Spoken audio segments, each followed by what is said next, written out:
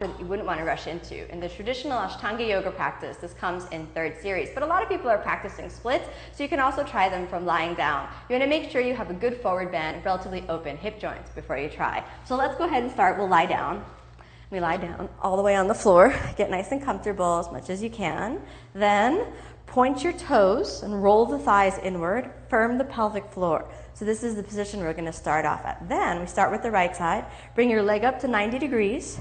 Then bring it a little bit more. Try to keep the pelvis leveled as much as possible. Then you reach up, hold on to your foot. You inhale, exhale, pull the head of the femur into the socket. So you're kind of pulling down into the pelvis. You'll reach a limit where your hamstring starts to talk to you. If you feel it at the sitting bone, then you want to back off from that. You don't want to yank the attachment of the hamstring, which is right about here. You want to stretch the belly of the hamstring, which is here. Then after you reach a limit from here, you can allow the leg to come a little out to the side as you exhale and bring it to the floor. Now you'll notice that if you do that, the leg goes out here, all right? So what you want to do is hold on to your heel and then pull into the body as much as possible, all right? So the foot ends up by the ear. If you're very flexible, you could take your right hand forward and reach down as you pull over so that you can really bend deeply. Now your leg that's over here, you don't want to forget about the right leg. You want to engage that as much as possible so you can really feel the whole body opening. You can return your hand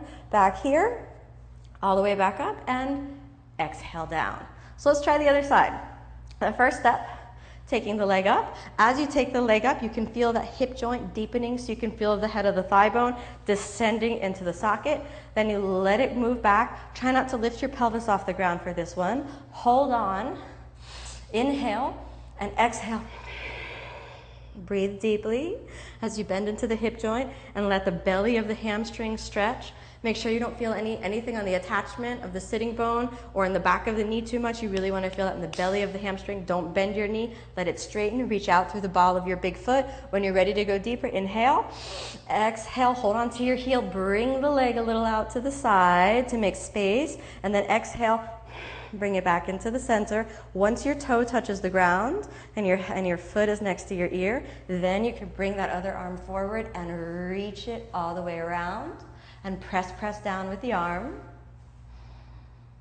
And you want to make sure that you're holding on with your heel and you're really pulling, because if you don't pull with your arm, if you don't pull with your hand, the leg's just going to pop out to the side. You're not going to be in a standing split. After you've held that for a few breaths, bring that arm all the way back around. You could even try to hold on with your hands and pull down even deeper. Then inhale, come back to straight arms, and exhale, lie all the way down. So this is a pretty advanced movement. You can see it requires hamstring flexibility, core strength, openness in the hip joints. Don't rush that. Let it really happen slowly. I think actually you should perfect this regular seated splits before you even approach the reclining splits, because this requires even more hamstring flexibility and even more awareness in the body.